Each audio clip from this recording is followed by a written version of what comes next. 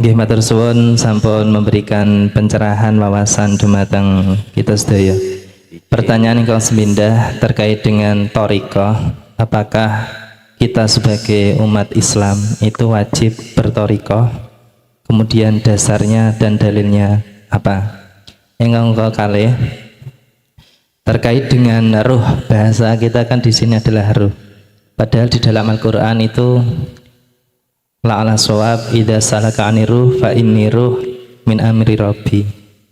Bahasa ruh itu adalah urusannya Allah. Kita sebagai manusia itu hanya yang pertama adalah tatarannya bersyariat. Ketika wudhu kita bagus, sholat rukun kita bagus, insya Allah semua akan bagus, insya Allah itu. Tetapi dalam bahasa ruh atau hati kita itu ya Allah yang hanya menilai. Nah itu bagaimana penjelasannya? Karena bahasa ruh itu sangat kompleks, sangat sulit untuk kita teliti. Karena bahasa ruh itu di dalam hati, di dalam manusia yang orang itu tidak pasti tahu. Nah, mohon pencerahannya. Yang ketiga, terkait dengan yang terakhir ini juga bahasanya cukup sangat jauh sekali. Yang terakhir tatarannya adalah la ilaha illa anna, la ilaha illa ana. Itu sudah diterapkan oleh Syekh Siti Jenar. Suatu kala beliau sedang berkholwat di gunung atau di gua, itu ada orang itu bertanya, Syekh Siti Jenar di mana? Nggak ada Syekh Siti Jenar di sini, yang adanya Allah. Kemudian bertanya balik, di mana Allah? Allah tidak ada, adanya Syekh Siti Jenar. Nah itu bagaimana hal seperti itu? Akhirnya apa? Akhirnya Syekh Siti Jenar dihukumi mati oleh para wali songo saat itu. Nah itu kalau kita bahasan seperti itu, berthariqah itu kan seakan-akan itu pembenaran sepihak. Jadi di luar sana itu tidak mau menerima. Kekhawatiran kita, apalagi masyarakat awam itu ya seperti itu. Apalagi di masyarakat awam itu syariat pun belum bisa, sudah bertauhid sampai ke titik hakikat dan makrifat itu luar biasa.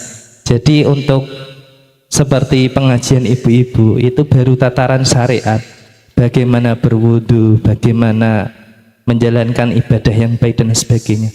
Itu Pak Yai. Buka ning Quran bab wasilah, wajib kita berwasilah. Berarti wasilah itu jenengan wasilah sanate kudu sambung. Lah jenengan wasilahnya lewat ndi? Untuk menuju nang Allah. Terserah. Thariqah sampai lewat ndi? Monggo. Makanya mohon maaf sekali lagi, saya di sini tidak ngajak debat, ya. Saya di sini mintanya dialog, ya, supaya bisa saling mengisi. Nek debat, kanok marine, sampai subuh, mekengeng dewe. Sehingga tadi ada muncul kalimat iki masyarakat umum. Lawang syariate durung teteh kok katinang tauhid hakikat marifat. Nyuwun sewu, jenengan berani menjamin ketika ibu-ibu sing tua-tua ini meninggal belum berhakikat marifat, sampean wani jamin? Wani jamin enggak keselamatan beliau? Ayo buka di dalam surat Al-Isra ayat 72. Wis ben clear mesisan. Al-Isra 72. Di situ Allah katakan, barang siapa saat hidup di dunia mata hatinya masih buta pada Allah, belum hakikat makrifat, terus ketekan mati, manggana fi hadihi a'ma fahuwa fil akhirati a'ma wa adallu sabila. Siapa yang bertanggung jawab? Ayo. Beranitah kita sebagai kiai ustadz menjamin keselamatannya? Telea. Nggak ada. Wong Rasulullah sendiri dah berkata, wa ma ubarri'u nafsi inna nafsa la'amaratum bisu. Kita tidak aman dengan nafsu itu. Nyun sewu Pak, memang saya 24 tahun dimanapun selalu ada yang mengkat ketika saat saya mengajarkan hakikat makrifat, berbicara tentang ruh. Dasarnya memang ada. Ruh itu urusan Allah. Nggak boleh Nabi Muhammad. Nabi Muhammad gak oleh apa maneh wujud kelason. Itu sebab jenengan nyawang makhluke kelason. Coba kalau di dalam diri saya tidak ada Allah, bisakah kula berkata? Lihatlah Allahnya, biar clear ayat itu. Memang yang membahas itu cuman Allah. Kita cuman illa qalilan, kecil, sedikit. Tapi lantas dengan ayat ini jangan kita lebarkan bahwasanya kita umat manusia tidak boleh masuk di ranah pelajaran hakikat makrifat. Mohon maaf, saya tidak sefaham. Estu saya tidak sepaham. Nyun sewu, ada pertanyaan, apakah Rasulullah juga menyampaikan hakikat makrifat? Tak jawab, wallahi iya. Buka di dalam surah Al-Anbiya ayat 87 tentang la ilaha illa anta. Buka di dalam surat Al-Anbiya ayat 25, la ilaha illa ana. Wa ma arsalna min qablika mir rasulin illa nuhi ilaihi annahu la ilaha illa ana fa'budun. Muhammad dalem Gusti, aku tidak pernah mengutus utusan sebelummu bahkan terhadap dirimu kecuali harus mengemban, menyampaikan, menjelaskan tentang hakikate, tentang makna, tentang maksud la ilaha illa ana. Nek tidak, kalau kamu tidak mau menerima dan menjelaskan, maka jangan jadi rasulku. Bukan. Lagi, mohon maaf, surat Al-Ikhlas ayat 1, kul huwallahu ahad. Katakan Muhammad, jelaskan tentang masalah Allah itu ahad, esa, tunggal.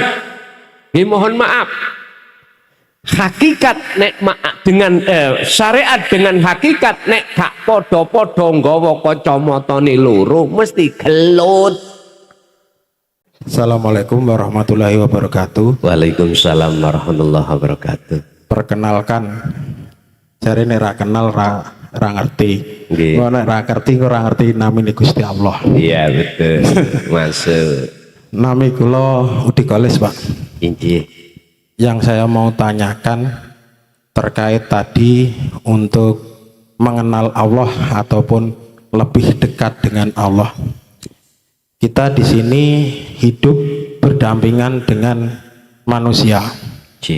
Bisa dikatakan dengan habluminanas.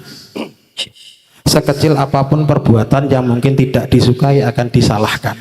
Betul. Apabila disalahkan, apa bisa dikatakan dengan dolim. Terus yang berikutnya, jenengan yang dibahas tadi tentang hubungan kita manusia dengan Gusti Allah, habluminallah. Kaitannya dengan tadi surat Al-Baqarah ayat 187. 86 87 86. Nah, berarti KTK 186 tentang kita mendekatkan diri kepada Allah. Salah satu kita sudah menjalankan perintah itu apabila menjalankan perintah ataupun menjauhi perintah Allah itu apa bisa dikatakan sudah dekat dengan Allah itu Pak. Pertanyaannya seperti itu. Tadi jenengan yang 186 belum sampai selesai Pak, baru sampai mendekatkan. Niku yang saya tanyakan terkait untuk memantapkan dan lebih terhadap kita. Kalau yakinlah Pak, di sini kita semuanya yang namanya iman bisa dikatakan apa itu takut secara bahasa, tapi takut kepada siapa Allah dan untuk mengingat Allah dimasukkan di dalam hati. Itu yang saya pertanyakan Pak, kaitannya dengan tadi ayat 186. Tolong diselesaikan sampai akhir, jangan sampai mendekatkan. kan ada beberapa kata yang harus disambung dalam ayat tersebut. Terima kasih dari saya, cukup sekian. Assalamualaikum warahmatullahi wabarakatuh. Waalaikumsalam warahmatullahi wabarakatuh. Ingat, disebut manusia itu ada dua unsur, jasmani dan rohani. Lewat surat Al-Baqarah ayat 208 Allah dawuh, ya ayyuhalladzina amanu dzkhulu fis-silmi kafah. Yang dipanggil, yang dihai itu orang yang beriman. Bukan ya ayyuhal muslimun, apalagi ya ayyuhan nas, bukan. Tapi ya ayyuhalladzina amanu, orang yang sudah beriman. Tapi belum ihsan. Mengapa ayatnya udkhulu masuwa sira kabeh fisilmi ing dalam agama Islam kafah kali sampurna?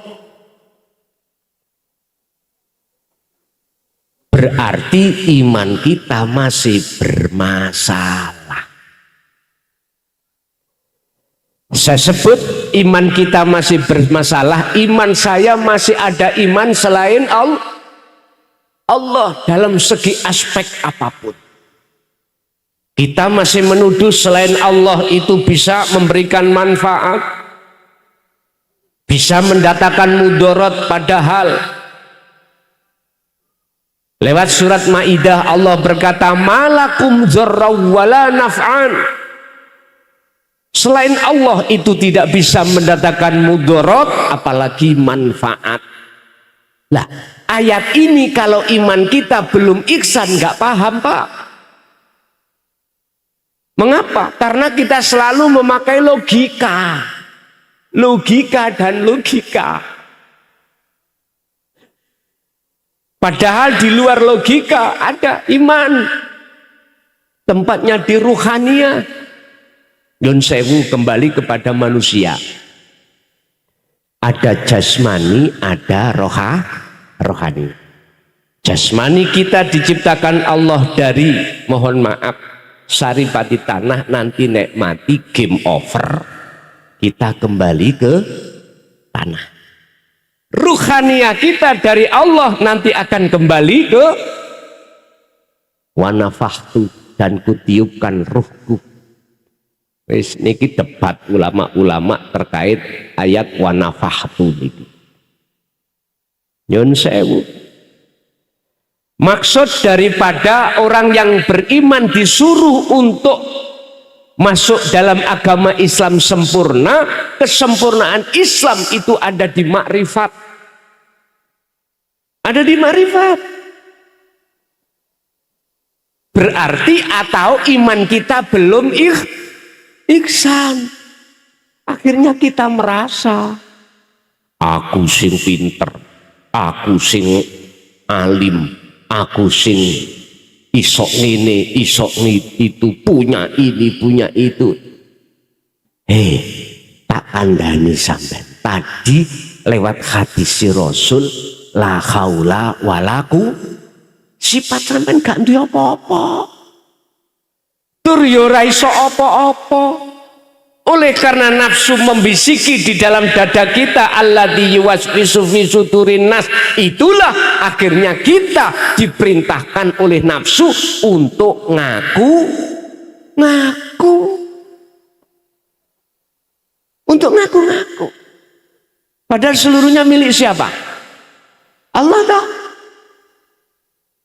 Terus bagaimana jotoknya, dunungnya kita kok iso ngaku-ngaku? Pertanyaannya, benar nggak kita mengakui yang semuanya milik Allah kita akui milik kita? Anak TK saja bisa menjawab, tidak benar. Karena semua milik Allah.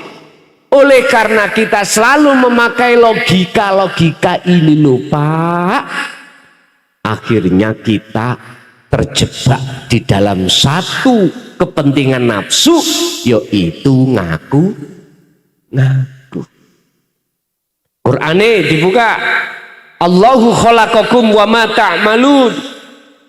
Semua makhluk ini yang menciptakan Allah, wa ma ta'malun, apa yang muncul dan timbul dalam diri jenengan, bisa ngadeg, bisa lungguh, bisa rukuk, bisa terbangan, bisa maca Quran, bisa lesan ngomong apa sumbere iku sangka Gusti, bukan dari kita.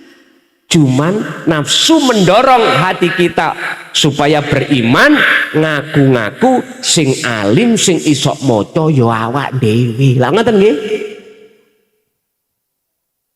Innakum dolamtum anfusakum. Nabi Musa diutus oleh Allah ke kaum untuk mengatakan, ya qaumi, kaumku, Al-Baqarah 54.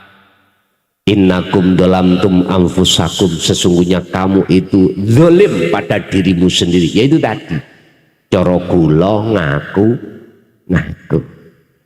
Kalau ini ku biarkan, masya Allah Pak, ning ati akhirnya muncul rasa ujub, rasa rumangsa pinter, rasa rumangsa alim, rasa rumangsa bisa ngene bisa ngono. Nek ini dibiarkan, fi qulubihim maradun fazadahumullahu, penyakit ini penyakit kalau dibiarkan nggak ndang lekas hilang, malah bertambah. Akhirnya kula takabur, rumangsa luweh mulya daripada orang lain, rumangsa luweh alim daripada orang lain, padahal kabeh iku parane sangka Gusti. Gak sadar kita. Pun kembali kepada insan. Jasad kita diatur Allah dengan hukum syariat lewat nabi dan rasulnya masing-masing. Kita nabi yang terakhir Rasulullah Muhammad sallallahu alaihi wasallam berarti mengikuti syariat Kanjeng, disuruh ngatur lewat hukum syariat jasmani iki Pak. Hafidhu ala sholawah was sholatil wusta, menjalankan perkara yang diperintah, lebih-lebih wajib sholat 5 waktu. Ditoto ning hukum syariat jasmani, duhur asar isya maghrib subuh, duhur asar maghrib isya subuh. Hafidhu ala sholawah, tegakkanlah sholat 5 waktu ay al maktubah temriku. Iku jasad Pak. Saiki ruhaniyahnya.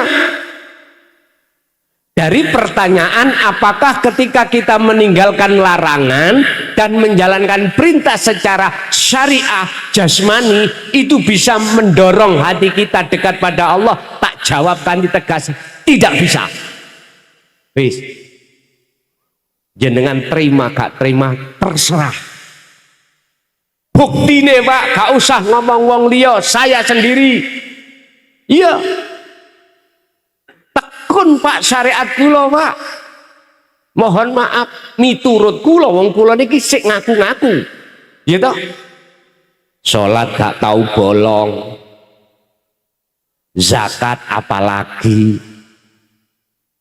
Puasa nggak tahu Pak, diutang. Haji pentahun misali, tak jamin gak iso Pak mendekat. Bukti ini apa? Bukti ini sederhana mon. Sholat itu aku sik kelingan perkara sak liyane Gusti, gak bisa menjamin. Sebab apa? Ruhaniyah ini punya mata, jasmaniyah juga punya mata. Allah kasih jasmaniyah mata ini disebut ainul basyariyah untuk bersaksi terhadap makhluk. Ruhaniyah kita Allah kasih mata namanya ainul basyirah untuk bersaksi hanya terhadap wujud Gusti.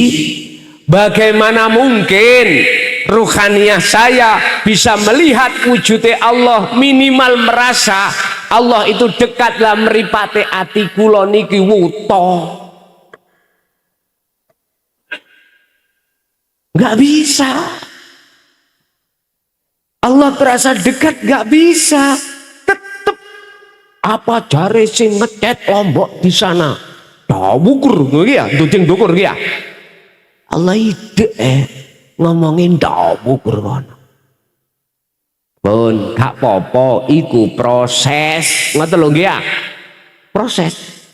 Pertanyaan dan makanya saya menjawab dari pertanyaan Bapak tadi, apakah kita meninggalkan larangan dan perintah secara jasmani ini bisa menghadirkan hati untuk Allah terasa dekat? Enggak bisa. Jikalau tidak menyentuh terhadap rohani sampean, enggak bisa. Urusan diterima atau tidak rapopo. Sing jelas mengapa Al-Baqarah 208 Allah katakan amanu, berarti iman kita masih bermasalah alias belum ihsan.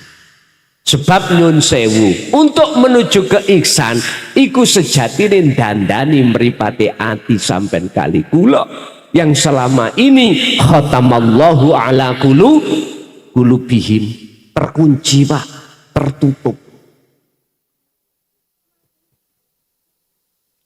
Saya gak kaget Pak, nek ngaji babakan ati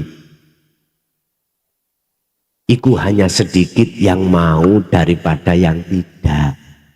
Sejak dulu 24 tahun saya bisa rasakan semuanya itu.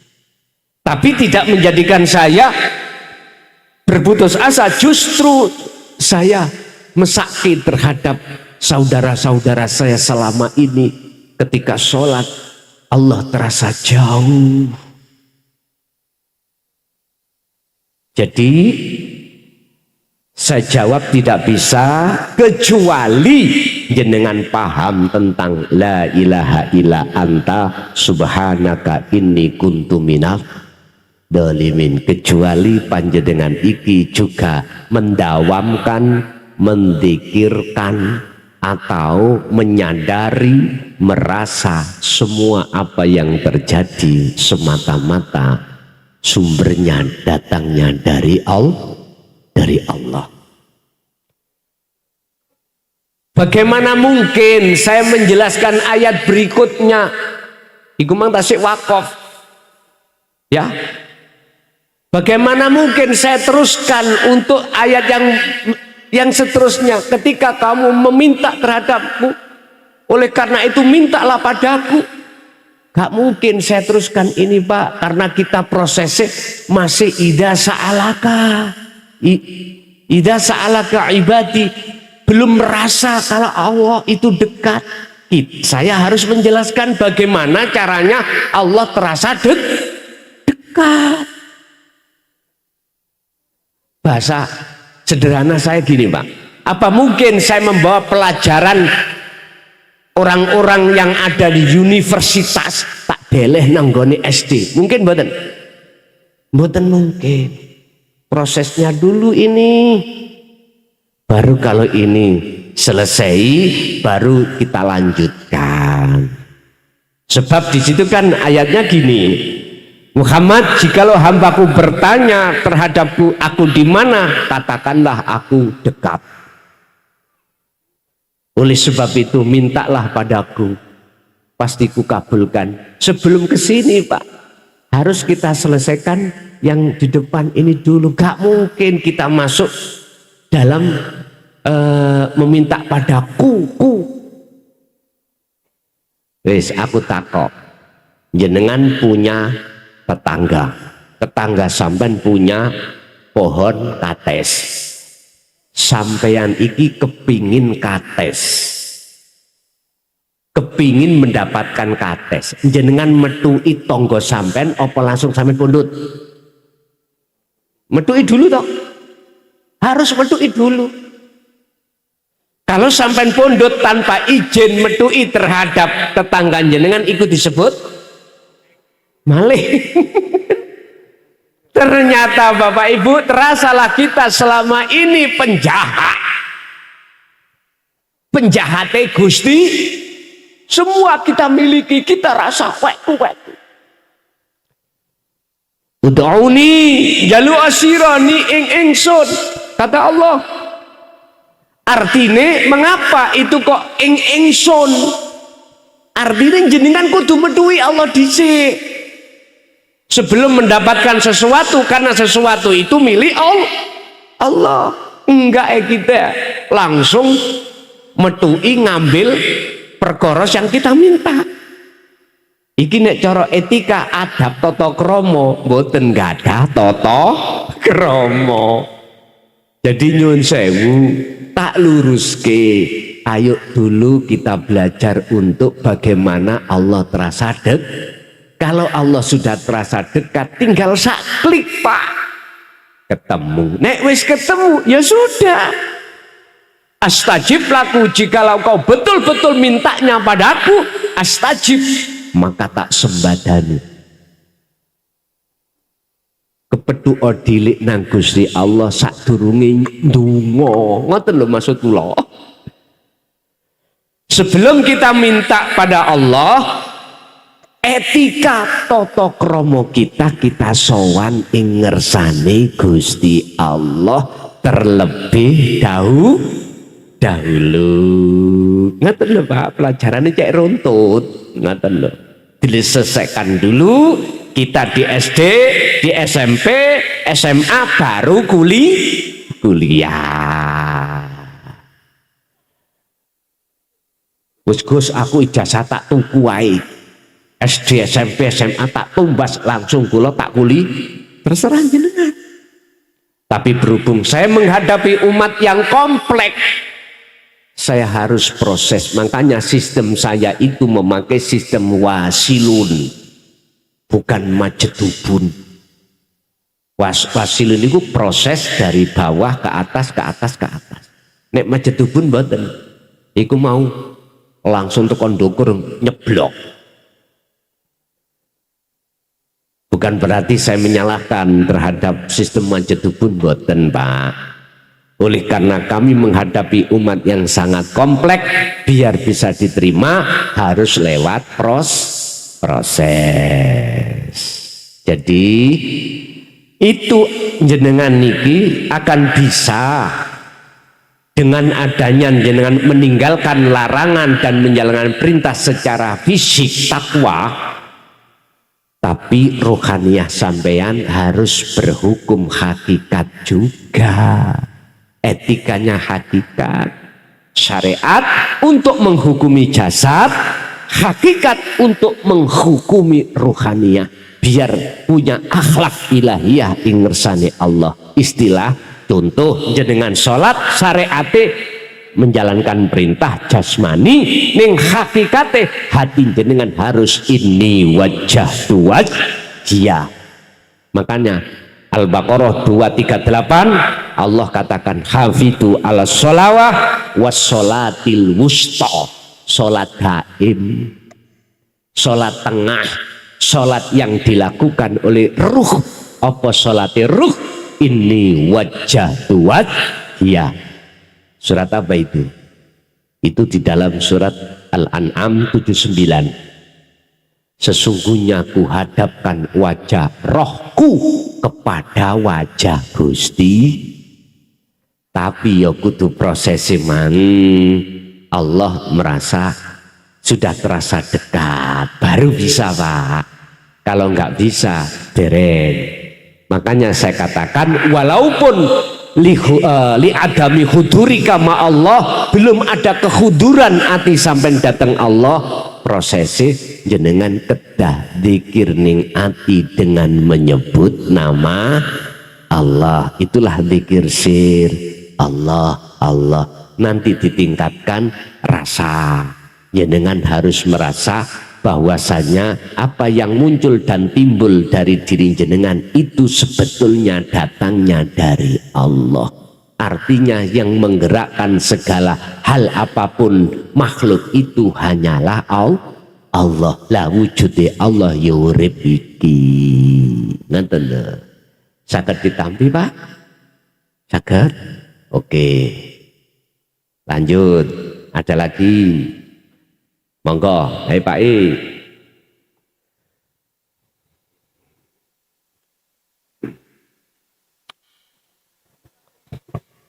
Mohon izin kula ansal rokokan den. Ansal nggih? Monggo.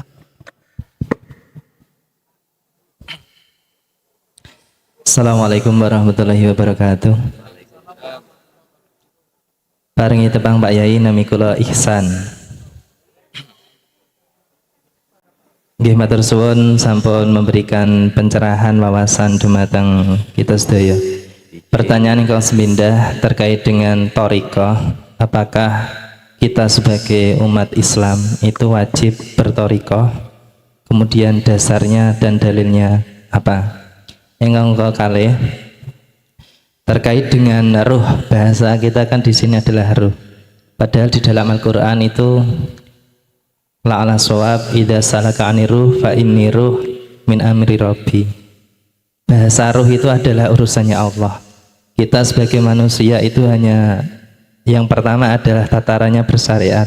Ketika wudhu kita bagus, sholat rukun kita bagus, insya Allah semua akan bagus, insya Allah itu. Tetapi dalam bahasa ruh atau hati kita itu ya Allah yang hanya menilai. Nah itu bagaimana penjelasannya? Karena bahasa ruh itu sangat kompleks, sangat sulit untuk kita teliti. Karena bahasa ruh itu di dalam hati, di dalam manusia yang orang itu tidak pasti tahu. Nah, mohon pencerahannya. Yang ketiga, terkait dengan yang terakhir ini juga bahasanya cukup sangat jauh sekali. Yang terakhir tatarannya adalah la ilaha illa anna, la ilaha illa ana. Itu sudah diterapkan oleh Syekh Siti Jenar. Suatu kala beliau sedang berkholwat di gunung atau di gua, itu ada orang itu bertanya, Syekh Siti Jenar di mana? Nggak ada Syekh Siti Jenar di sini. Yang adanya Allah. Kemudian bertanya balik, di mana Allah? Allah tidak ada, adanya Syekh Siti Jenar. Nah itu bagaimana hal seperti itu? Akhirnya apa? Akhirnya Syekh Siti Jenar dihukumi mati oleh para wali songo saat itu. Nah itu kalau kita bahasan seperti itu, berthariqah itu kan seakan-akan itu pembenaran sepihak. Jadi di luar sana itu tidak mau menerima. Kekhawatiran kita, apalagi masyarakat awam itu ya seperti itu. Apalagi di masyarakat awam itu syariat pun belum bisa, sudah bertauhid sampai ke titik hakikat dan makrifat itu luar biasa. Jadi untuk seperti pengajian ibu-ibu itu baru tataran syariat, bagaimana berwudu, bagaimana menjalankan ibadah yang baik dan sebagainya. Itu Pak Yai. Terakhir rukun Islam itu ada syarat rukunnya, sholat, kemudian zakat, haji, kemudian termasuk apakah syahadat itu juga wajib ada rukunnya. Terus kemudian yang seperti apa rukun syahadat seperti itu. Jadi mohon keterangannya. Terima kasih matur suwun kata panjenengan wal afa minkum. Billahi taufiq. Assalamualaikum warahmatullahi wabarakatuh. Waalaikumsalam warahmatullahi wabarakatuh. Pun matur suwun. Engko nek lali pertanyaan sing wakeh mau ilingno. Kita harus paham dulu apa syariat, thariqat, hakikat, makrifat. Kita paham dulu, kita pahami dulu, lalu kita ngen-ngen dan seterusnya. Syariat itu adalah sistem ilmu untuk kita menyembah Allah. Ilmu, contoh sholat. Kalau kita tidak bersyariat, berilmu, paham tentang sholat, tetap hukumnya tidak sah. Nah, ngoten nggih, miturut kacamata syariat. Kita harus memakai dua kacamata, Pak. Pandangan manusia dengan pandangan Allah. Pandangan jasmani dengan pandangan roha. Pandangan syariat dengan pandangan hakikat. Kita jangan pakai hanya kacamata satu saja. Kalau kita pakai kacamata satu, pasti kita akan menyalahkan orang lain yang tidak sepaham dengan kita. Pun sampean kecok ini. Kalau kita hanya pakai kacamata satu, pasti kita akan menyalahkan orang yang tidak seakidah dengan kita. Gak usah jauh-jauh di dalam tubuh Islam. NU Muhammadiyah. Ini kalau melihat laksana seperti api di dalam apa? Apa ya nek ngarani iku? Dedek niku lho napa jenenge? Katul. Kan mboten kelihat api ini toh. Tapi di dalamnya mowo. Nyun sewu, khilaf di dalam masalah kunut, khilaf di dalam masalah tahlil, nggih mboten? Karena kita pakai kacamata satu. Coba kalau kita pakai kacamata dua. Bon, wis gak melakrak kudu dhisik.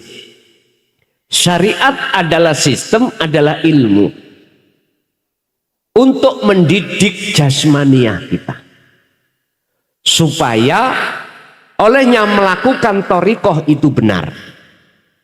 Apa thariqah itu? Jalan. Contoh, nama sholat itu thariqah.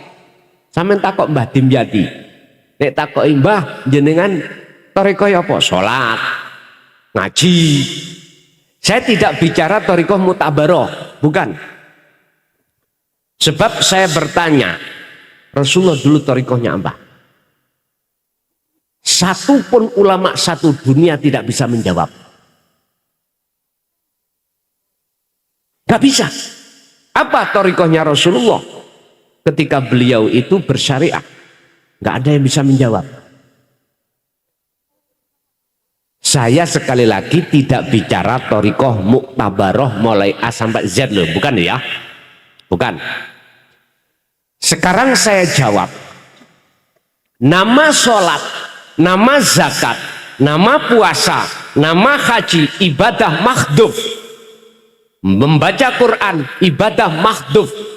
Nama sebuah ibadah itulah thariqah. Apa sih thariqah? Jalan.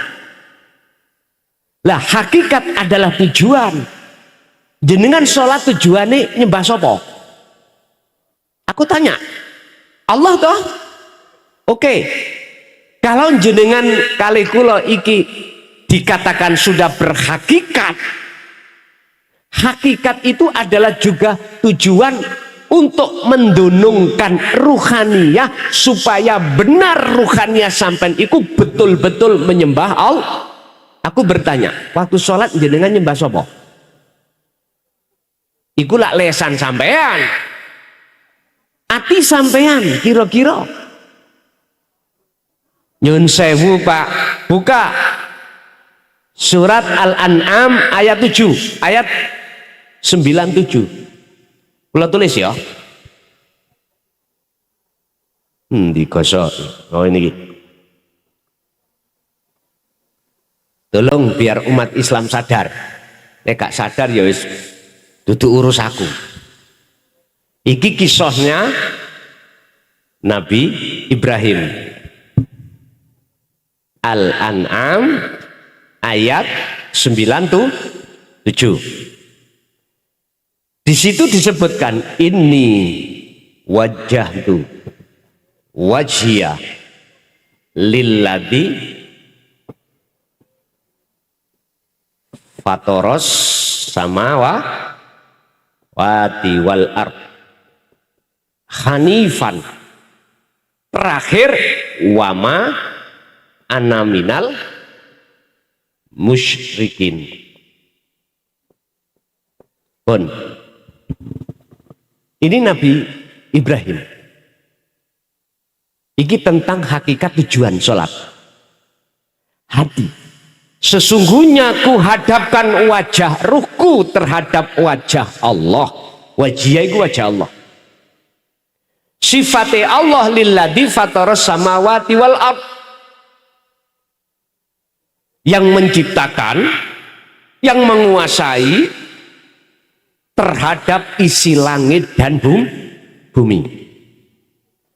Ketika ruhaniah hati sampean betul-betul menghadap wajah Allah, hanifan dengan sungguh-sungguh, maka ayat yang terakhir, wa ma ana minal musyrikin, beliau mengatakan, dan saya bukan termasuk golongan orang yang menyekutukan Allah. Mafhum mukhalafah daripada ayat ini kebalikan. Barang siapa yang wajahnya, hatinya menghadap samawati wal ard, bukan menghadap Allah, maka jelas manafi iki hilang. Akhirnya wa ana minal terasa atau tidak terasa, itulah fakta yang terjadi. Makanya saya mohon maaf, mekengkeng bersikekeh menjelaskan tentang hakikat itu supaya hati jenengan estu berhakikat menyembah hanya pada Allah. Wis sampen golek ining surat opo, ayat opo, jikalau menerangkan tentang sholat mesti memakai kalimat koma, bukan fa'ala. Walaupun koma mengikuti wazannya fa'ala. Artinya apa? Fa'ala itu melaksanakan, mengerjakan. Kalau sholat itu jangan mengerjakan saja, harus memakai koma. Wakumu lillahi qanitin ay khashi'in. Wajib pak sholat itu khusyuk. Bisa. Wajib jenengan sholat menyembah dan bertemu Allah. Urusan jenengan iki mangga percaya atau tidak bukan urusan saya. Saya cuman menyampaikan aja. Apa sih hakikat adalah tujuan. Jadi tujuan sampean ikut diluruskan supaya betul-betul ketika jenengan iki melaksanakan sholat estu makrifat dateng Gusti. Wujud tujuan adalah disebut makrifat. Makrifat bertemu khosyiin, khusyuk. Umpama saya umpamakan syariat itu kendaraan, torikoh yo jalan sepeda, iku syariate, dalane, entah jenengan lewat manapun kesini silakan.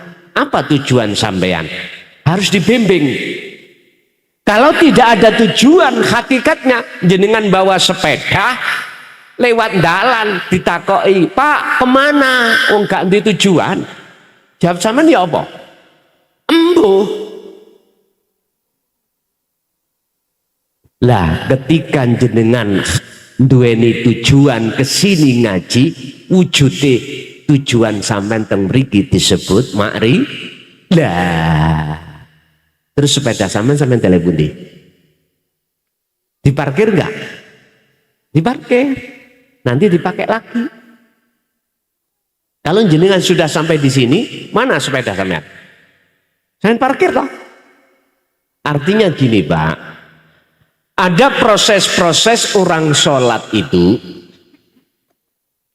ketika sudah sampai khosyiin makrifat, itu tergantung ruhaniyah sampai diletakkan Allah di makom khos opo khawasul khawas. Nek khos mesti sampai lali dengan hitungan rokaat. Nek khawasul khawas masih ingat. Tapi hati sampean itu tidak akan teringat pada selain Allah. Gak percaya dijajal.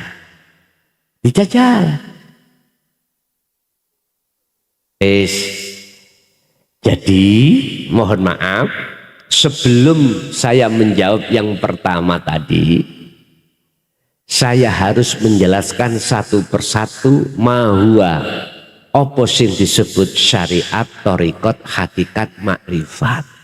Jadi thariqah itu semua nama dari ibadah mahdhuf atau ghairu mahdhuf, itu thariqah.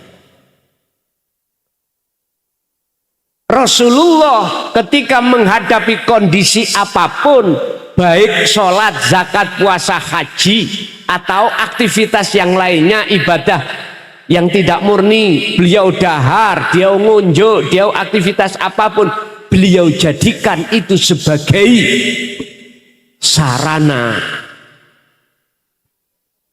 yang diberikan Allah untuk bertemu Allah. Itu Rasulullah. Berarti tak jawab torikoi Rasulullah itu seluruh ibadah mahdhuf ataupun goiru mahdhuf. Apa mahdhuf? Ibadah murni, sholat, zakat, puasa, haji, maca Quran, iku murni. Yang tidak murni, jenengan kerja, jenengan makan, jenengan beraktivitas apapun, itu yang tidak murni. Rasulullah memakai itu, beliau jadikan sebagai thariqah untuk bertemu Allah. Bon, terus nek takok jenengan dalilin dita wajib mlebu thariqah. Misalnya takok dalil gitu.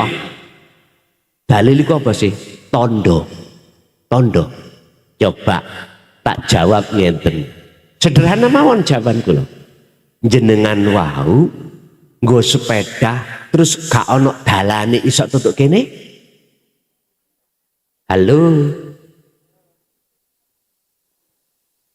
Jenengan betul sepeda nanti cak tujuan sampai ngaji terus dalane gak ono nyampe sini mboten. Wis iku jawabane. Enteng-entengan jawabane. Terus nek jawaban sampean cara thariqah ning Quran, buka tentang wasilah. Buka ning Quran bab wasilah, wajib kita berwasilah.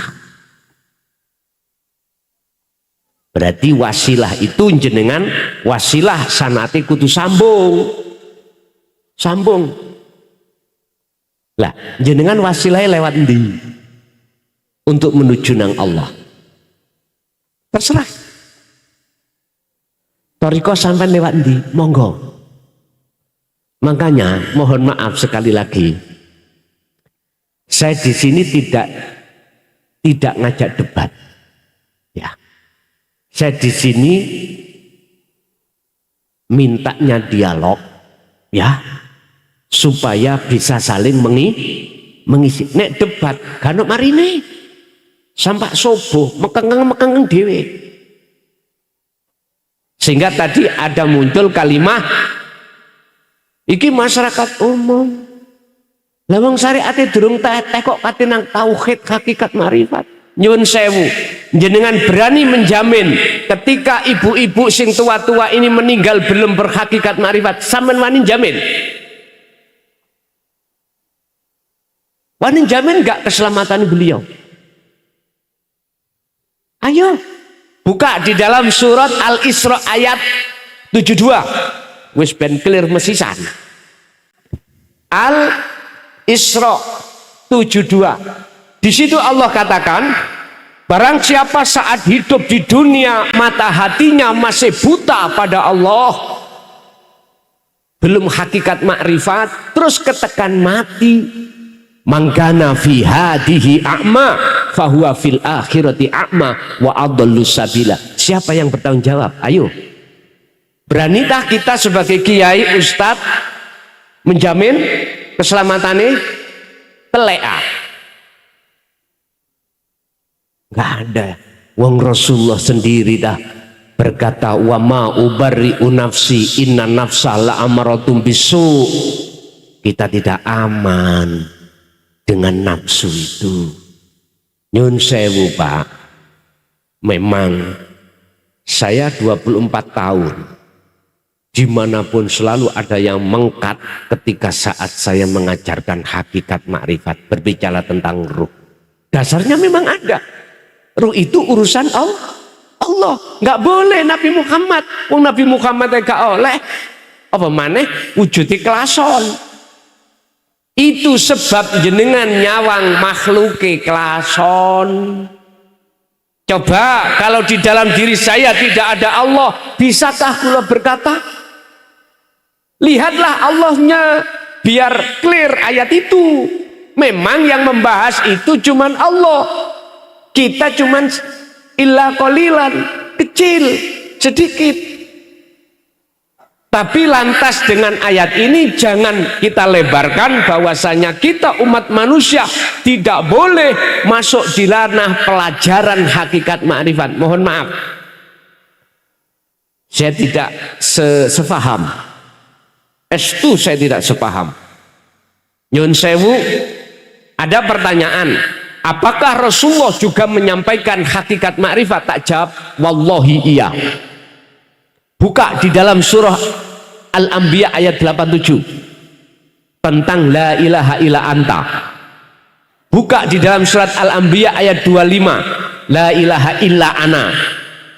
Wa ma arsalna min qablika mir rasulin illa nuhi ilaihi annahu la ilaha illa ana fa'budun. Muhammad, dalem Gusti, aku tidak pernah mengutus utusan sebelummu bahkan terhadap dirimu kecuali harus mengemban, menyampaikan, menjelaskan tentang hakikate, tentang makna, tentang maksud la ilaha illa ana.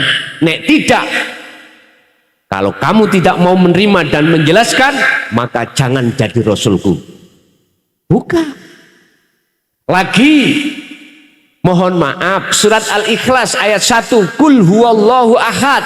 Katakan Muhammad, jelaskan tentang masalah Allah itu ahad, esa, tunggal. Mohon maaf, hakikat nek dengan syariat dengan hakikat nek gak podo-podo nggawa kacamatane loro mesti gelut. Laksana air dengan misia. Karo-karone kudu nggawa. Nek nggawa clear. Nek nggawa clear, Pak, temenan. Makanya nyun sewu, tadi sudah saya katakan, kita manusia tidak hanya jasad, juga ruhania. Bangunlah jiwanya, bangunlah badan untuk Indo. Lagunya kebangsaan ngono to. WR Supratman ya. Qur'annya yang ngomong. Surat Al-Qasas ayat 77.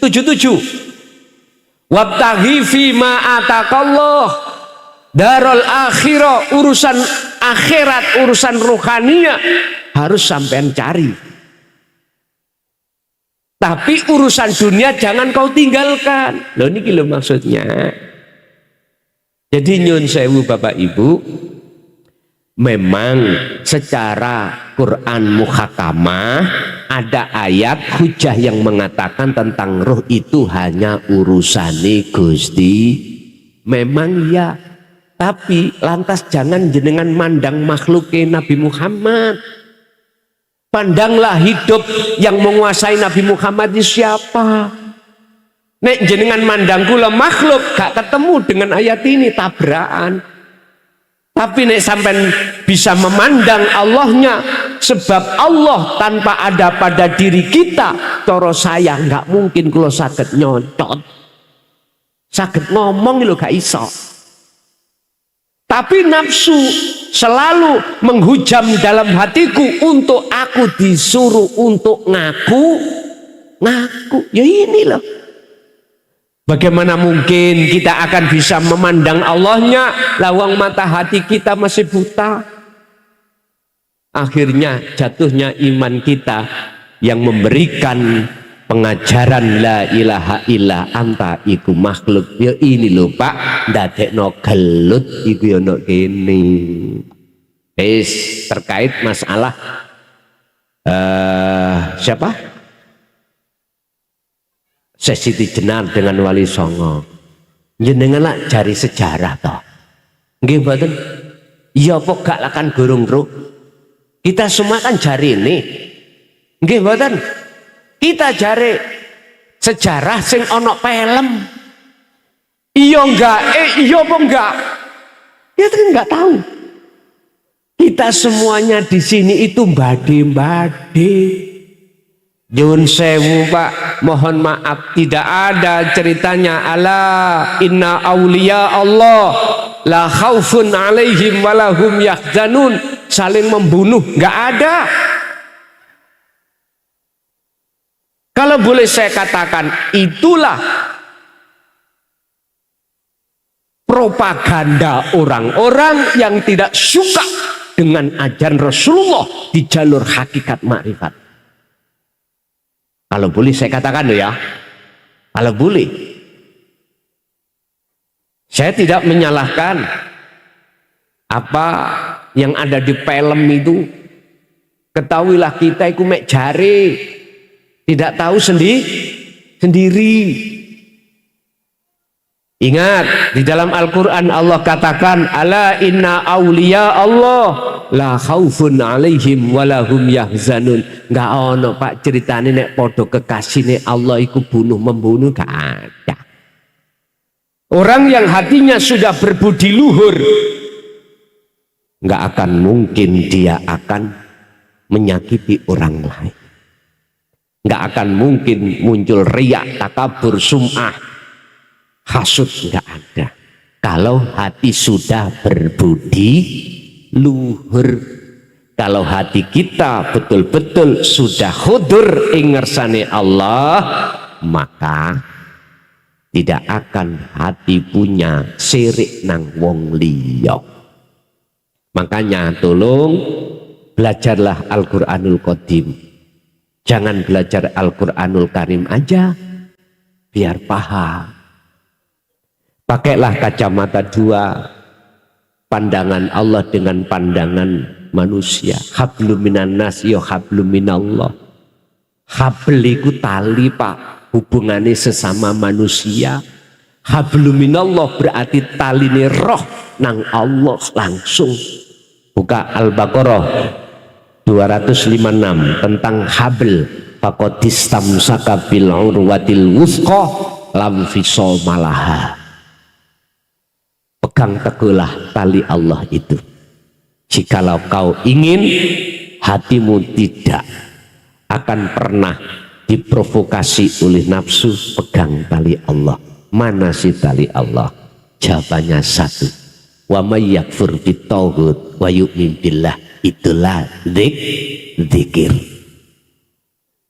Jadi yun sewu, miturut pandangan saya, kejadian di film itu antara Raden Said yang disebut Sunan Kalijaga membunuh terhadap siapa? Siti Jenar itu bohong. Kalau sama-sama kekasih Allah. Itu Pak. Bahasa saya, pendapat saya boleh disalahkan, boleh enggak, itu urusan jenengan. Sebab itu munculnya la ilaha illa ana. Jikalau Rasulullah tidak menyampaikan tentang la ilaha illa ana, nggak mungkin logikanya akan muncul surat Al-Anbiya ayat 25, nggak mungkin. Kita harus tahu gerabak sebab apa ini kok muncul. Itu semuanya wahyu Allah disampaikan terhadap Rasulullah, dan Rasulullah menyampaikan terhadap umat secara logis mawon loh. Nek umpama Rasulullah mengkorupsi wahyu Allah, gak mungkin muncul Al-Anbiya ayat 25. Jadi Bapak Ibu, terkait masalah perseteruan kejadian sejarah film bahwasanya Sunan Kalijaga membunuh Syekh Siti Jenar, menurut pandangan saya dari sisi hakikat kacamata tidak pernah itu terjadi, nggak pernah. Jikalau sama-sama kekasih Allah, nggak ada ceritanya. Kalau sama-sama kekasih Allah, tanda kekasih Allah bagaimana toh Pak? Buka di dalam kitab Hikam. Tanda-tanda kekasih Allah. Pertama, la yarawna li anfusihim syai'an. Yang kedua, bal yusyahiduna annal fa'ilahu wallahu ta'ala. Apa? Pertama, apa yang muncul dan timbul dari seluruh makhluk, jenengan sudah tidak meyakini itu datangnya dari makhluk. Tapi datangnya yusyahid, Anda bersaksi, semuanya itu datangnya dari Allah. Yang ketiga, tatmainnul qulub, hati jenengan pasti damai. Bon. Yang ketiga terkait masalah rukun Islam. Ya, mulai syahadat, sholat, zakat, puasa, haji. Pertanyaannya, apakah di dalam syahadat itu ada rukun? Apa sih syahadat itu? Persaksian. Bersaksi, melihat, bersyuhud. Tinggal jenengan ini melihat siapanya. Bersaksi terhadap siapa. Bersaksi yang benar, yang menyaksikan wajib tahu siapa yang disaksikan. Siapa yang kau saksikan? Asyhadu an la ilaha illallah. Allah yang bagaimana? Pokoknya Allah, ya jangan gitulah. Jangan diantem pokoknya. Ya dialah yang menciptakan langit dan bumi. Iya, masyarakat TK ya paham. Cuman maksudnya yang bagaimana bersaksi itu. Iman kita, percaya kita terhadap Allah ada dua, nurul iman dan hakul iman. Iman kita percaya Allah itu yang menciptakan jari ini. Jari mana? Jari kitab, jari Quran. Oke, itu proses kita gak salah, tapi jangan berhenti. Jari itu piye carane sampai bisanya membuktikan. Satu contoh, saya kasih tahu. Pak, saya tadi lewat tol, keluar tol Sragen, di situ ada kecelakaan. Saya jenengan tak kabari, jangan iman, percaya. Karena apa? Karena saya kasih tahu kabar. Tapi iman sampai niki seuglak-uglik, tidak tahu sendiri. Yang jenengan harus ke tol sana buktekno. Kalau jenengan tahu sendiri, maka iman sampai kokoh. Artinya saya sampai tak kasih tahu. Innallaha huwa rabbi wa rabbukum, sesungguhnya Allah iku Tuhanku dan Tuhanmu. Fa'buduh, mongko nyembah sirohu ing Allah. Tak kabari. Lah sampean ya akhirnya beriman, langet enggak? Lah maksudku ojo berhenti di situ, buktekno. Allah yang manakah yang harus jenengan sembah? Ini jalannya Pak, satu-satunya jenengan harus memahami tentang pendidikan hakikat di dalam ruhaniyah jenengan. Makanya mengapa di dalam Nahdien itu ada ilmu tasawuf, ya, ada ilmu hakikat, ilmu tauhid. Tujuannya itu untuk mendidik umatnya itu bisa mengesahkan Allah.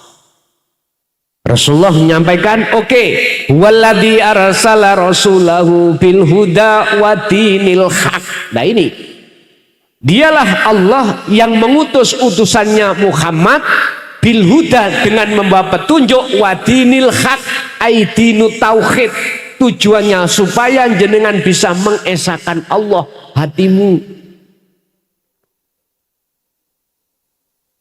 Liyudhirahu ala dini kulli, untuk mensucikan hati sampean kali kulo yang selama ini kita itu dalam belenggunya hawa nafsu.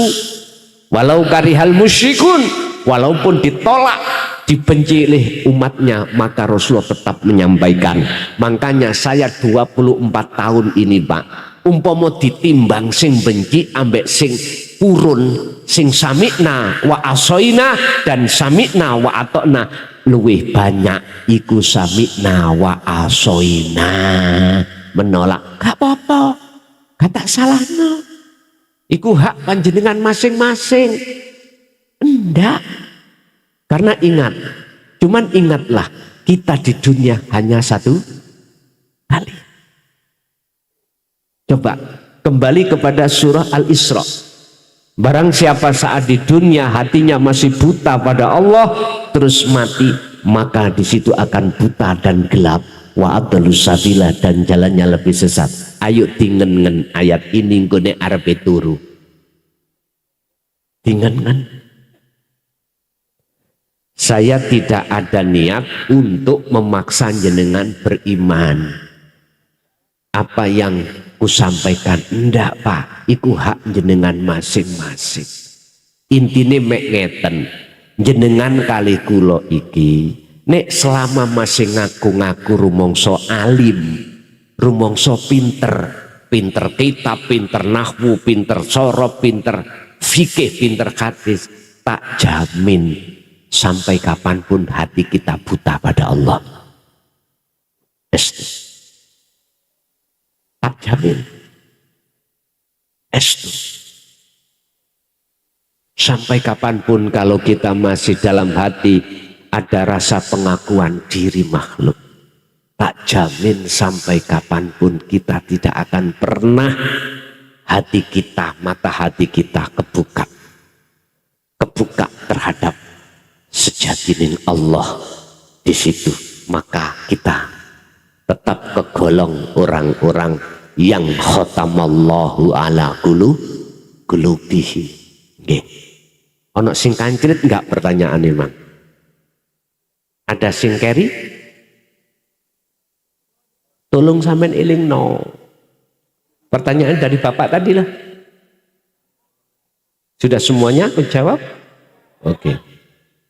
Mungkin Ibu E sekarang kantos ada? Kalau nggak ada tak lempar nang Bapak satu kali lagi. Tadi ada yang berdiri tadi lah. Monggo Pak. Konsultasi khusus napa pripun iki? Ya cek tahu ngaji seperti model ngenten cek tahu. Assalamualaikum warahmatullahi wabarakatuh. Waalaikumsalam warahmatullahi wabarakatuh. Biasanya lewat WA, karena ini di Sragen ya saya tanya langsung. Monggo. Perkenalkan, nama saya Sumarno dari Karangmanis, Banda Sidoarjo, Sragen. Ini di luar apa Gus? Di luar tema. itu tema nggih. Monggo. Cara memandang atau cara mengistimahkan memandang kita wajah pada yang maha hidup itu dari jiwa ke hidup atau yang hidup memandang Nur Muhammad atau Muhammad, itu yang pertama. Niki bingung wong-wong niki Pak. Makanya ini di luar tema Gus. Untuk yang keduanya, apakah cukup kita itu mentiadakan diri atau memfanakan diri kita, bahwa yang sebenar-benarnya itu diri kita itu tidak ada. Itu pertanyaan itu untuk mengistimahkan atau mengingat setiap harinya gitu loh Gus. Itu yang saya tanyakan. Oke. Yang kedua, orang yang sudah wusul atau sampai atau liko, nah, sampai ke situ, misalnya sudah mampu menemukan mutiara yang tersembunyi, atau aku adalah perbendaharaan yang tersembunyi, sehingga terjadilah di situ insan. Apakah boleh mempelajari kasab atau cukup kita mengikuti alir air yang mengalir apa yang ditempatkan oleh sang hidup tadi? Terima kasih Gus, singkat saja jawabannya. Wassalamualaikum warahmatullahi wabarakatuh. Waalaikumsalam warahmatullahi wabarakatuh. Tak jamin pertanyaan sampean gak ono sing paham. Niku kelas wali niku nggih talake piyambak ngoten jane kok ya. Ngoten nggih. Pertanyaan yang menakutkan. Moga lajeng. Tetap dijawab no mboten? Oke. Dijawab singkat nggih saged. Sing paham ngoten mawon. Buka dalam surah Al-Baqarah 54. Sejarah Nabi Musa terhadap kaum, Allah perintahkan wa idh qala Musa liqaumihi ya qaumi innakum dolamtum anfusakum bittikhadikumul ijlah. Oleh sebab kaum Nabi Musa semuanya podo nyembah anak sapi, maka Nabi Musa itu disuruh Allah untuk memperingatkan, hei kaumku, innakum dolamtum anfusakum, kau telah berbuat dolim terhadap dirimu sendiri. Dengan bentuk apa dolimnya? Menjadikan anak sapi sebagai sesembah. Iku kinayah pak, empun diuntal anak sapi.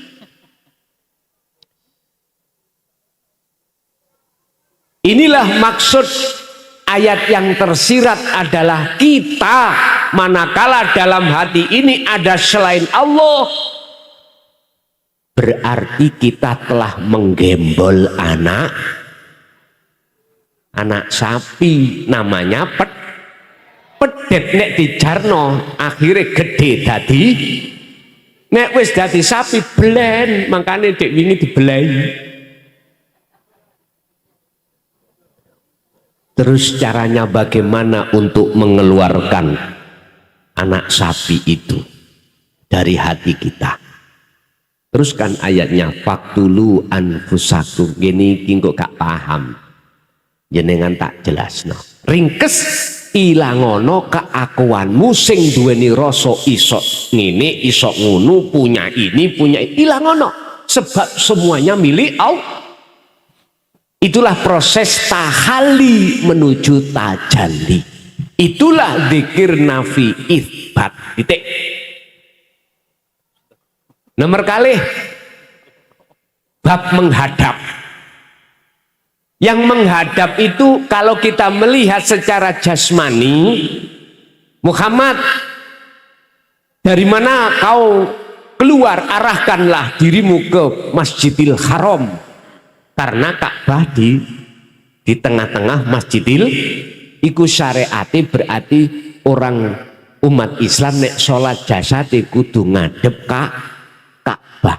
Asline sing ditakokno hakikate Ka'bah iku yang mana? Syariate Ka'bah iku ya kotak watu ning Mekah kalau. Sampeyan nek gak percaya, saya 2004 itu ke sana. Tak demok watu prasaku. Atos Pak. Atos. Iku makhluk napa kholik? Halo. Iku makhluk napa kholik? Terserah panjenengan. Kalau pribadi saya mengatakan iku makhluk. Artinya makhluk kudu ketemu makhluk. Ya iki jasmani ngadepi ke jas karena ada kisah. Ada kisah kiblat. Sebelum ada di Mekah, Masjidil Haram itu ada di Baitul Maqdis. Kiblat tetap jasad ngadep ke sana. Orang Indonesia harus sholatnya menghadap ke barat karena posisi Ka'bah itu di barat. Kalau nggak percaya, jenengan gaya masjid imamnya ngadep ngewetan. Nek gak didugang MUI sampean. Salah. Harus ngadep sana. Cuman ruhaniyah sampean iku harus tahu hakikat kiblat. Ka'bah iku ndi hakikate asline pundi? Ini yang harus kita cari. Makanya penghadapan itu kemana? Sehingga jenengan biar paham sangkan paraning dumadi. Faham innalillahi wa inna ilaihi rojiun, biar bisa rojiun kembali, jenengan harus tahu jalannya kembali dan sampai pada tujuan. Tadi saya katakan ini wajah tuat, iya ruh jenengan, hati jenengan harus ngadep urip iku kudu ono cahaya makrifati dhisik. Kalau nggak ada cahayanya nggak akan kelihatan. Contoh bengi iki, ayo patenono lampune. Lak peteng. Nggih mboten. Melek mencicil ya apa? Gak ketok. Sampeyan mlaku sak mlaku gak ketok. Peda motor lampune patenono, listrik patenono. Sampeyan melek tetep gak rudalan. Mana jalan, mana jurang, nggak akan pernah. Kalau nggak percaya nanti habis ngaji, monggo sama-sama lampune dipateni semuanya. Ayo mulih dewi-dewi dan atau kalau nggak mungkin merem wis. Mulio merem, tutuk omah mboten. Ana sing nyoting kok di viral no. Aku yakin tabrak-tabrakan sampean. Ono sing keceglung got, ono sing nabrak salon. Cobaan. Ruhaniyah juga begitu Pak. Tatkala ketika saat idza jaa ajaluhum la yastakhiruna sa'ah wa la yastaqdimun. Anggite gampang ngono ta? Mungkin kalau kita biasanya mengandalkan ibadah dohir, tolong dibuat referensi satu makalah Syekh Ibnu Athaillah di dalam kitab Hikam. Dikatakan husnul a'mali nataiju husnil ahwal min qalbin zahidin. Bagusnya amal dohir yang diterima oleh Allah itu tergantung keadaan hati jenengan, keadaan ruhaniyah sampean. Kalau keadaan ruhaniyah sampean bagus, mesti diterima Allah. Lah keadaan rohaninya bagus yang bagaimana? Dikatakan min qalbin zahidin, hati yang condong hanya pada Allah. Mungkin Al-Maidah ayat 27 dibuka. Potongan ayat innama yataqabbalullahu minal muttaqin. Sesungguhnya ibadah apapun yang diterima oleh Allah adalah ibadah yang ketika bersumber dari hati yang bertakwa. Hati yang bertakwa adalah hati yang hanya beriman pada Allah. Tidak ada iman selain Allah. Tadi lali, apakah ada syarat rukun syahadat? Tadi ya belum tak jawab, sampai lupa. Berhubung larinya di situ, ada Pak. Ada harus yang melihat, ada yang ada 3. Ada mata untuk melihat. Syahadat ya, bersaksi. Syahadat yang benar ada 3. Ada yang melihat, 1. Ada yang dilihat, ada mata untuk melihat. Jikalau dikatakan sudah betul-betul nyata wujudnya Allah, 3 niki fana. La ibsorun wa mubsorun wa basarun. Nama yang melihat, nama mata buat melihat, nama yang dilihat itu semuanya fana. Nama ruh itu hilang, nama Allah itu hilang, nama mata untuk melihat itu fana. Amin buka dengan hikam. Jenengan nek umpami dereng percadas ilmu tasawuf, ya ilmu tauhid tak maklumi, pasti jenengan tidak akan pernah menerima dengan keterangan ini. Nek gak terima, enak kula, gak ngaji maneh. Wong kula niku asli ngenteni pensiun kok. Lah, estu ngenteni pensiun 24 tahun ini kula ngenteni pensiun. Pegel Pak, gak tau nutuk nang bojo. Lah piye awan kerja Pak, mulai jam 4 pulang jam 12, begitu berangkat lagi. Habis kerja langsung berangkat, malamnya ngaji, umpama pulang nyonya niku sampun tilem, arepe tak gugangi ya mesake. Sebab pagi tadi ngurusi anak rumah tangga, pegel-pegel mosok tadi tak gugal ya mesake toh. Habis subuh yang ngono, kula gunakno tilem. Mengke bangun-bangun jam 7 berangkat kerja lagi, kapan nutuke? Loh kalau niki manusia loh, normal loh Pak ya. Kan butuh ya seperti itu toh. Tapi selama ini Gusti Allah ngurangi dengan bentuk disibukkan kerja dan disibukkan untuk ngaji babakan ngeten iki. Umpama kula diprekno lho, alhamdulillah. Estu Pak. Tambah seneng. Justru kula niki tambah susah nek dikerubung. Lho estu. Kula di rumah tidak bisa menerima tamu kecuali hari Sabtu aja. Karena memang hari Sabtu saya ngajar di pondok saya sendiri, hanya hari Sabtu. Saya nggak menerima undangan di luar selain Kalau hari Sabtu nggak nerima. Iya, makanya kalau hari Sabtu baru bisa kita ketemu di pondok saya. Kalau selain hari Sabtu nggak bisa, Pak. Habis kerja berangkat ngaji, pulang nanti lihat jauhnya di mana. Kadang nyampe di rumah jam 12, kadang jam 3, melihat jaraknya, Pak.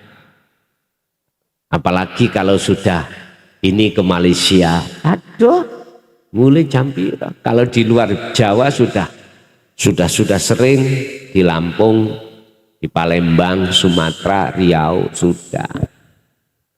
Tinggal mohon maaf kuat apa gak jasad ini. Makanya kalau aslinya cepet pensiun, pingin dan cepet pensiun. Estu. Pun. Jadi syaratnya wonten 3 wau, ada yang bersaksi, ada yang disaksikan, ada mata untuk melihat atau menyaksikan. Tapi kalau sudah dikatakan syahadat tunggal, gak syahadata ini, udah semuanya habis. Gak ada sebutan-sebutan siapapun, gak ada. Karena namanya ahad, itu gak ada 2, gak ada 1. Artinya ahad itu tidak ada yang lain. Tinggal pertanyaannya, di dalam hati kita masihkah ada selain Allah? Nah, nek durung ojo mati dhisik. Estu kula pesen sadurunge tak tutup niki, dateng jenengan tolong ojo mati dhisik. Nek gak hatimu jenengan, hati jenengan kali kula terbebaskan dari butanya hati pada Allah. Wa anibu ila rabbikum wa aslimu lahu min qabli ayatiyakumul adab tsumma la tunsurun. Bagaimana nasib ruhaniah kita ketika saat kita meninggal, posisi kita masih dalam keadaan buta. Tsumma la tunsurun, tidak ada cahaya, tidak ada pertolongan dari Allah Subhanahu wa taala. Naudzubillah min dzalik. Terakhir, percaya dan tidak percaya, apa yang kusampaikan itu bukan urusanku. Jenengan sakit atau tidak hati jenengan bukan urusanku. Urusanku cuman menyampaikan saja. Mudah-mudahan walaupun sedikit apa yang disampaikan bersamaan dengan hidayah Allah Subhanahu wa ta'ala. Sebab jikalau tidak bersamaan hidayah Allah kita terima sampai kapanpun, innalladzina kafaru sawaun alaihim a'anzartahum am lam tundirhum la yu'minun. Tidak akan pernah percaya kita sampai kapanpun. Wis muga-muga jenengan kali kula walaupun masih dalam kondisi proses, muga-muga jenengan kali kula niki sakderenge sedo, ati ini sudah manjing dateng makrifat Allah. Muga-muga salat sampean sakderenge sedo wis klebu salat ingkang khusyuk terhadap keluarga kita, anak putu kita ila yaumil qiyamah. Lahumul Fatihah.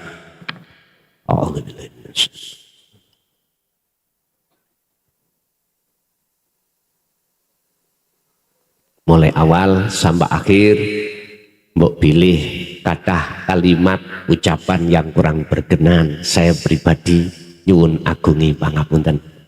Akhirul kalam, hadanallah wa iyyakum wal afa minkum. Assalamualaikum warahmatullahi wabarakatuh.